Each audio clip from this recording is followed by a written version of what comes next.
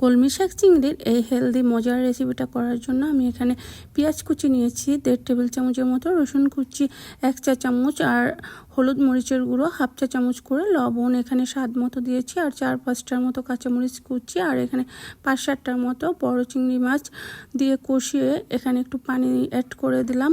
আর এখন হচ্ছে এখানে আমি আগে থেকে ধুয়ে কেটে রাখা 1 আটি পরিমাণ কলমি শাক এই মাছটা ভালো করে কষিয়ে এর সাথে অ্যাড করে দিলাম। তো এখানে আমি আর কোনো পানি ইউজ করব না, আর এগুলোকে নেড়ে চেড়ে একসাথে মিক্সড করে তো এখন হচ্ছে আমি একটু কষিয়ে তো ঢাকনা দিয়ে দিলাম। আর 5-7 মিনিট রান্না করার পর এই যে দেখেন আমার কলমি শাক একদমই খুব সুন্দর করে সেদ্ধ হয়েছে, আর কালারটাও অনেক সুন্দর আসছে। আপনারা বেশিক্ষণ ঢাকনা দিয়ে রাখবেন না, তাহলে কালারটা সুন্দর আসবে না। আর এটা খেতেও বেশ মজার ছিল। Thank you for watching my video.